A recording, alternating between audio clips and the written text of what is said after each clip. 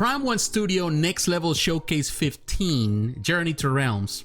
It's perhaps the best presentation we have seen so far from Prime1 Studio. It is the best in my book because I think that it was handled with a lot of care, of course, as they always do, but it was timed perfectly, segment through segment. I like the consistency that Prime1 offers, and these presentations are no exception.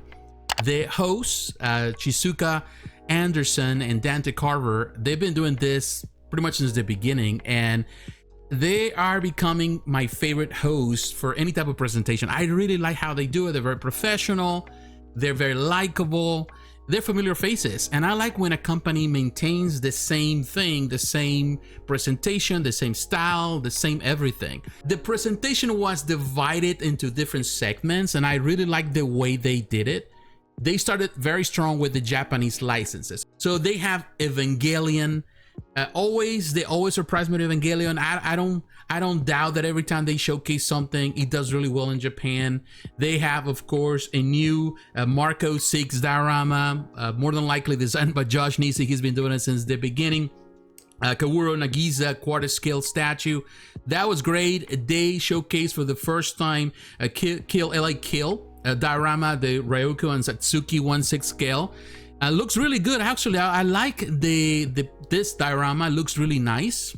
And to me, the thing that I like the most from this part of the presentation was Senseiya. Yoga was perhaps my favorite in the whole presentation and this segment of the Japanese licenses. I love the choice of the pose that he had. It's about to do his signature attack, and he has the ultimate bronze cloth, and it looks good. I like this particular statue, quarter scale statue. The whole line with Senseiya has been amazing. They have done, other companies do Senseiya stuff, but in my opinion, Prime1 Studio really delivers quality stuff when they create these pieces, and they respect, of course, the anime, the source material, the comic book, the manga. And it looks really fantastic. That was my favorite on that segment of Japanese licenses. Also, but we also got some stuff from Berserk. They have a few things, a few view models that you can paint. They have a Coffret of Fate for those who are really into the Berserk stuff. And they also have a big diorama. There was a Guts versus Grumble in Apostle form diorama. It seems to me that you can put it together, but they didn't specify, but initially they said that was the case with the stuff they're producing. So it's amazing. Definitely, they still are delivering with Berserk. There was no major reveal for Berserk beyond this two, but they were really nicely done. And I think, again, they continue to deliver in all different angles, and Berserk fans definitely have a lot to look forward to. From that point, they move into the DC license, which is extremely popular, of course, particularly here in North America and around the world. Batman Hush line has been really fantastic, and they gave us an updated version of Catwoman. Last time they showcased of course, the Catwoman based on the art of Batman Hush, which in my opinion was fantastic. Some people were not necessarily as keen or as happy with the look.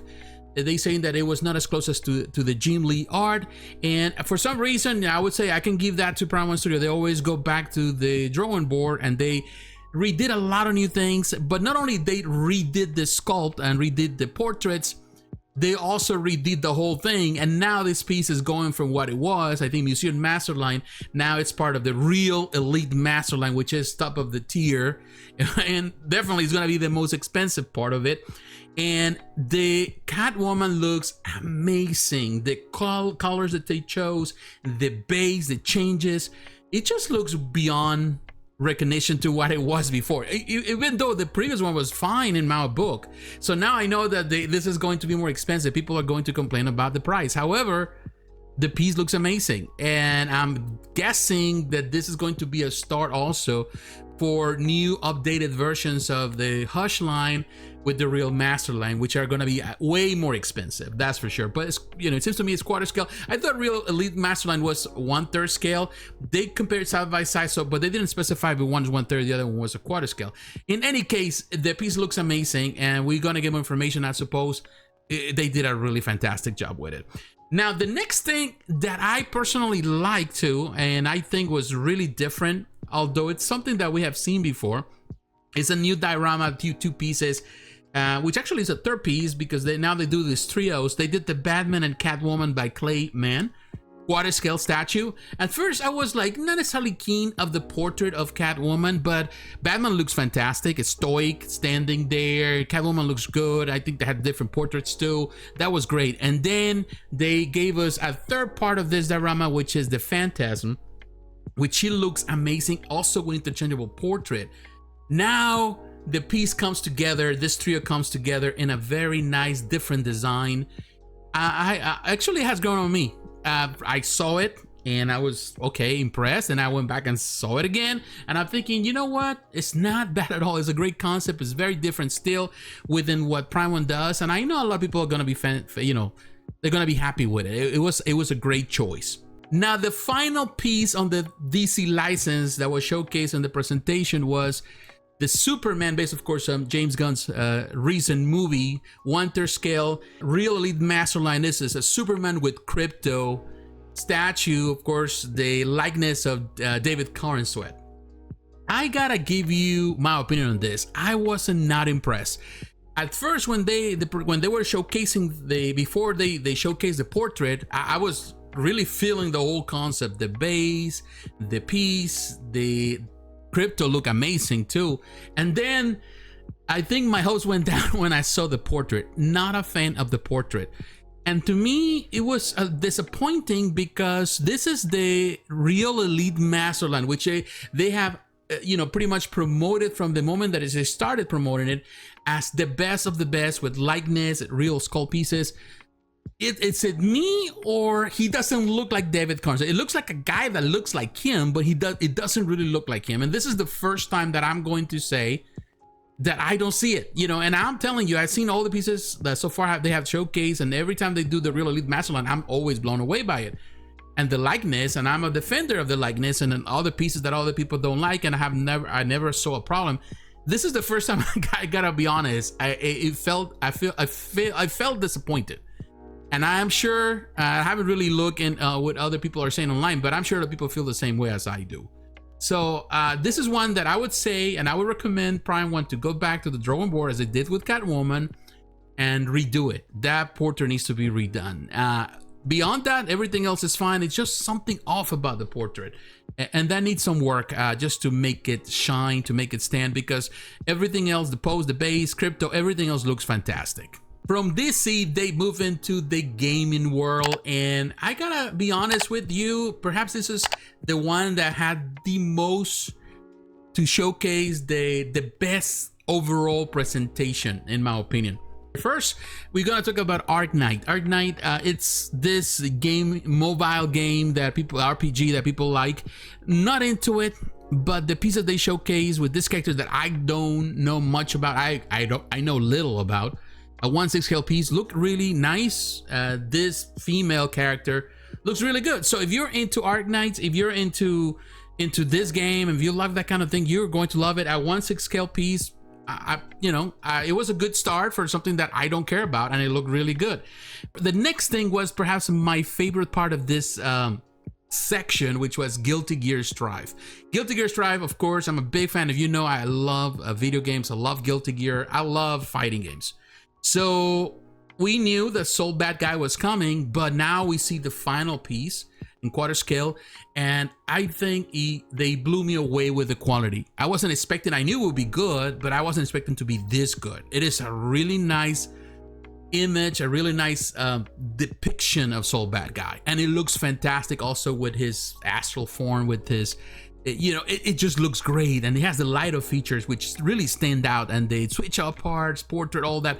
It is a really beautiful piece. And then not only Soul Bad Guy, and they took their time talking about it, they also you got Ram Lethal Valentine quarter scale, and she looks fantastic. That was perhaps the two, and they took their time again talking about it, and they are great. The lighter features, the switch up parts, it's beautiful. Both pieces are beautiful. And not only that, they also showcase for the first time Bacon. And Bacon, it's a character, of course, it's been for a while, and it's one of my favorite characters too when I play. Bacon looks really great. She's always been hot. She's always been a beautiful, character. But this time they chose a really strong way to, showcase her, and the presentation and the way that she's in the pose and the whole art design. That is the way to do it. The only thing that I was missing, perhaps, of course, is like a pipe or something that she's smoking. I don't know, something else. But other than that, they have done a fantastic job with this collection. And I'm telling you, the 3 are bangers. And are they going to produce more? I think they are, and I think they have a lot of potential there to bring more characters. There's so many characters that they can bring to the fray, and there's a lot from Guilty Gear. And why not jump into Blaze Blue? I will definitely love to see that too. But yeah, it was really it was a nice part of the presentation. Now, from that moment, they move into Street Fighter 6, and we only have Akuma. Of course, we knew Akuma was coming, but now we see the final product. Looks really good. It does have mixed media. It looks impressive, very nice looking piece. And I know a lot of people are happy with this part of the presentation. Of course, they love Street Fighter. There's a lot of fans out there, and they love what Prime1 has been doing with this pieces. Really look good, and also they give us a quick hint. They give us a quick part of the video where they said that they're working now with Ninja Gaiden. They have stuff in production and development, and that is another big surprise. Looking forward to see what they're gonna do with Ninja Gaiden. There's a lot of potential there. And now the thing that really struck me, that I was like, man, this is scary, eerie, and different, with Silent Hill 2. The collection they have there, they took their time talking about it, and I'm telling you, I've never been a fan of horror. I don't like horror movies, or I really don't play horror games. It's just not my thing. But Silent Hill, of course, is a classic, and Silent Hill 2, of course, is now being redone, remastered, all of that. And there's a lot of fans out there that love it, and I'm telling you, this is a gory, it's scary. It's like, I don't know who wants to showcase that in their collection as a quarter scale. They definitely scary looking. The whole thing was scary looking. But I gotta give Prime1 kudos for doing something different and unique. It was nice to see that they're not afraid to go into really dark corners, even to showcase the art of this franchises, and that is a dark franchise. I know some people are gonna love for it. I love it, but it's up to you. Everybody is allowed to be crazy. Some people are too crazy for me, for my taste. That is way beyond my taste. But there's no denying the art form. What they did there really stands out. From that, they move into Horizon Forbidden West. Of course, it's a popular game with Sony right now, and they have this diorama with Aloy versus the Slitherfang, which it's scale, it's big because of the creature is big and Aloy is smaller, but it's still it's amazing what they've been doing with as a whole with Horizon. So we'll see. It looks really good. They have the Elden Ring. This is one that I'm telling you, for the longest, the first time that they showcased this piece, that finally we see it complete, 3 Sentinel, quarter scale too, by the way. It's not as small, it's a quarter scale piece. It was showcased over 3 years ago, the first time that it was presented. We get the hints. It took 2 years. Last year, that's when they gave us more. This time around, we can see the final product, and it's going on pre-order. And I know sometimes people think about Prime1 Studio that they take forever. Some licenses, they get so quiet and people think, what's going to happen? Demon's Soul is an example, I think, with they've been struggling with this franchise, with these licenses. But in any case, it's coming. And it looks fantastic, and we gotta give him credit for doing something as amazing. It looks really amazing. I'm telling you, the golden armor, all of that looks really, really nice. And from that, they move into Doom: The Dark Ages. So you're a big fan of Doom. They have the Doom Slayer quarter scale, and they also an Imp Stalker quarter scale to be the companion piece. I'm telling you, I was thinking about the 1/3 scale Doom Slayer that they did, of course, from Doom Eternal, which I think is still a fantastic piece as a 1/3. But now they're moving into the quarter scale, and I think the choice here was really well done. It's an action piece. Comes with multiple switch out parts and weapons. That it's something that definitely you get in the full package. I'm sure it's gonna be expensive. but looks amazing. The whole ordeal, the base, all of that, they definitely are killing it with Doom. And you know, this piece definitely is going to get a lot of buyers. From video games, they moved into the realm of movies, and they did not cover many movies, but Jurassic World Rebirth. Of course, this film was not well received during the summer, a lot of bad reviews, and the two pieces that they showcased were fantastic. First, they got the Mosasaurus Lagoon diorama, part of the Legacy collection. This piece is a 115. It's large. Of course, you know, this creature is super big and it looks good. It was a good way to present it. It's not the first time they have Mosasaurus, they have done in the past, but this one, of course, you see the sharks, it's like he's underwater, so it looks good. It was good. The one that really blew me away is when they went with the Tyrannosaurus Rex from the same film, of course, and it is a 1/6. This is the largest, and I mean the largest piece that they have produced in the entire collection of Jurassic Park, Jurassic World films. It's huge, and they have also in the presentation they showcase other Tyrannosaurus Rex that they have in the past, or the T-Rexes. They all look fantastic. They have done an amazing number. I don't think there's any other company that has done as amazing statues of Jurassic Park or the franchise as a whole than Prime1 Studio. They have done the best of the best. This piece looks amazing. The presentation, it looks great. The paint job they did, even every single scale in the whole skin. It's painted so immaculate. The work that they have done with this piece is immaculate. And also one thing that I noticed, and they talk about it in there, is that they're gonna have two different pieces for those who pre-order. One is international pre-order for the little plaque that comes with the symbol of Jurassic World Rebirth. And they have one that is in golden that is only available for those who pre-order in Japan and China, and one that is silver regular that is going to be for everyone else, which kind of gives us an idea that in a way, and also going back to the presentation being on a Wednesday for us here, and in the middle of the in the middle of the week, when normally it has never happened before, it seems to me that Prime1 Studio is really trying to target the Japanese or the Asian market more. Of course, you know, we're going through tariffs, we're going through all kind of crazy things, so they trying to be sure that they actually giving incentives. And Jurassic Park, Jurassic World, even the Transformers, that they have no Transformers in this presentation, which is surprising. Those are big in Asia.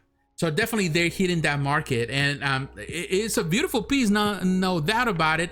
But yeah, it was interesting that they have something different to give to those who order in Asia and Japan. You know, it's not something that different than the other. It's just the color, but still it looks prettier in my opinion. It looks better than the plain silver one. But the license that stole this spotlight in my book, the one that I think perhaps had the best to showcase, was James Cameron's Avatar. I'm not a big fan of the franchise. I gotta be honest with you. I wasn't crazy about the first film back in the day, and the second film, yeah, probably didn't even finish watching it. So I've never been crazy, but the art, it's amazing. And I'm telling you, of course, we're gonna get soon the third film in the franchise, but we have Jake Sully and Neytiri quarter scale Real Elite Masterline pieces. I was blown away. The quantity, the choice, everything was done to perfection. Its sculpt is perfect. The art design is perfect. The concept is perfect. Everything. It's well designed.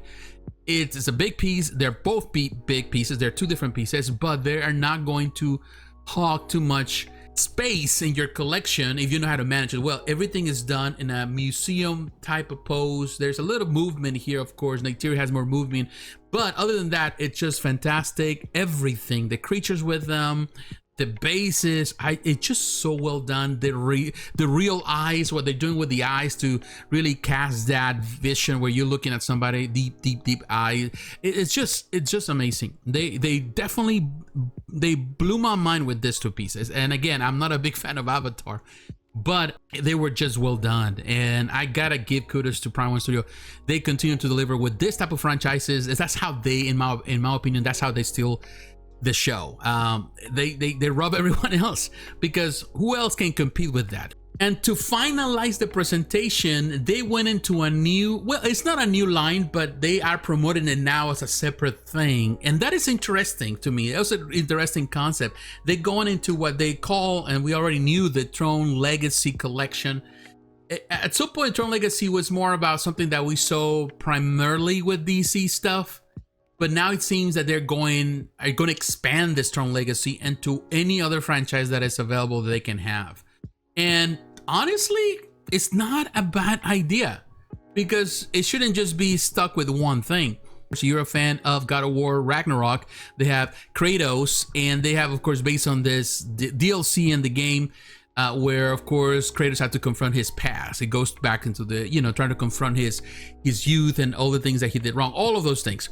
So they have these two thrones that can go work side by side, of right next to each other, or one, right behind the other. So it just interesting. One is the young Kratos, very young as we remember in the original video games, and then you have the older version of Kratos, the more mature, the more at peace, versus the one that is still, like have this passion embedded in him and this anger and desire for revenge. It's just a very interesting concept. Honestly, it's different, and I'm not gonna say that I'm all inclined for it, because to me, like, Kratos always been, I like it when he's standing. I like the Kratos. He's always standing. Here it's more relax in a way, at least on the older side. The younger side is a bit more like he's kind of fidgety, nervous, but still shows a lot of power. However, the concept is interesting, and the way they separate the two different versions, you can see the age in the older one, the maturity on the older one, and definitely the strength and the stamina that the young side has. So it's an interesting concept, and it's fun. It's funny because recently I've been going back to some old games. I was playing God of War 3 recently, but to me, in this particular line, I gotta say Red Sonja was, in my book, the best. Perhaps I will tell you this, as good as the Avatar pieces, but I would say a little less, because it's, I'm always used to see Red Sonja standing up in a battle mode.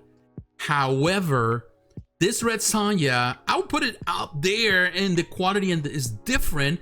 We have seen Red Sonja always battling with axes, with swords, doing all kind of things. This is the first time I would see her sit on a throne, and she looks comfortable there. And I will tell you, it's so good. Now, it's based on the art of Ian McDonald. He does a lot of art prints for Sideshow, and even they showcase, which is surprising that he works for Sideshow, but he's doing they're basing on that art, and one of the art prints that actually they had at Sideshow at some point. It's interesting, but I gotta say one thing, even though it's based on his art, it's very different than the art. I will tell you, I prefer the statue over his art. I'm not saying that Ian McDonald doesn't do great art, he does. But the art that he had in his in this case the art print is a little more, in a way, comic-y. This one is way more realistic. Of course, it feels like a real Elite Masterline piece, and probably is. She looks amazing, and it called the pieces, of course, Red Sonja, Long Live the Queen. And of course, there was a movie recently, or the movie they're talking about, which is not, it's okay. But Red Sonja is celebrating anniversaries recently, and I've been, reading the comics for a while too. So it's just great. Of course, a bloody, gory piece, but she looks perfect. She's gorgeous, she's hot, everything, proportionate, the beautiful face portrait, all of that. It is a beautiful representation, very unique, very different. And I'm telling you, I do believe that a lot of people are gonna go bonkers for it. A lot of people are gonna pre-order that one. Now, just coming to the conclusion of the presentation, really had a lot of fun with it. It's amazing. I could say definitely, it seems to me, because a lot of people were asking, they're wondering why is it that they do the presentation on the middle of the week instead of the normally as they did back in the day on Sundays. I think they're experimenting, experimenting with things. So for example, in Japan, you can see big companies, the big corporations, they do the showcases in the middle of the week. Like companies like Sony, for example, the PlayStation presentation is always in the middle of the week. Nintendo always has presentation in the middle of the week. So Prime1 is also trying to reach the bigger market. Normally on a Sunday, there's a lot of things fighting for your attention. And I feel that they want to have the most attention possible. Of course, it's late here for us. So in the moment that the presentation goes in the evening, it wasn't that late. It was 5 p.m. Eastern Standard Time. But it's early in the morning in Japan, so it gives them time getting closer to the weekend on a Wednesday, Thursday over there. You have Thursday, Friday. Normally if you do YouTube, you understand the timing. It's important. Normally there's more traffic online on the dates closer to the weekend. So Thursdays is always busy. Fridays always busy. It's when you can get a lot of views. and also into Saturday, and then it kind of decline, you know, there's a decline coming into Sunday. Sunday also is good, but maybe if you start earlier on a Thursday, then definitely you create so much traffic that really carries you through the weekend. And then coming to a Monday, you know, it's when everything drops. It even happens in my channel. I've been doing this for over a decade, so I know that that's how it works. You know, that's how you do your videos. That's the reason why sometimes you don't see me posting stuff on early in the week, because it's not as profitable. So I think that they're caving into that kind of thing. Definitely they're targeting a lot of the bigger franchises. We don't see as much stuff from DC or American license, but they do the licenses that actually internationally do well, like Jurassic Park. Avatar does great everywhere. So those are the things that they're going after, and definitely the Japanese market, the Asian market with the gaming stuff, with the anime stuff. So those are, you know, markets that really do well in Asia. So I would say they are doing great. They time it well. Difference of others in the past, I felt that it was a chore to watch the whole thing. I didn't feel as that here. I felt that the hour and a half that it was, I think it felt good. It moved quickly from point to point without really wasting any time. There was not much fluff that sometimes you get. It was straight to the point, moving to the next thing. Even the host didn't talk much, and that is great in my book. So I like it. Now the next presentation, number 16, I don't know when it's going to happen. More than likely it's going to happen next year, early next year, more than likely, or in the spring. They haven't said anything, but that will be the next presentation. Again, I gotta say to Prime1 Studio, they did a fantastic job. The presentation was so good, and I'm looking forward to the, you know, more information, more reveals, and definitely I'm gonna probably look into what other people are talking over the weekend. I definitely go into social media and try to pay attention, perk my ears, and see what other people start thinking about the presentation. So I will tell you, my friends, just let me know how you feel about it. Do you like it? You didn't like it? Let me know in the comments below how you felt about the presentation. Anything that caught your attention, anything you're happy with, anything that you were hoping to see and didn't make it. I would like to have a conversation with you. So my friends, thanks for watching. Don't forget to like, to comment, and to subscribe to this channel. Hit the notification button as a reminder of the next video. Follow me in social media on Facebook, on Twitter, and Instagram, and also consider supporting the channel financially through Patreon. My friends, God bless. Take care. I will talk to you again. Bye-bye.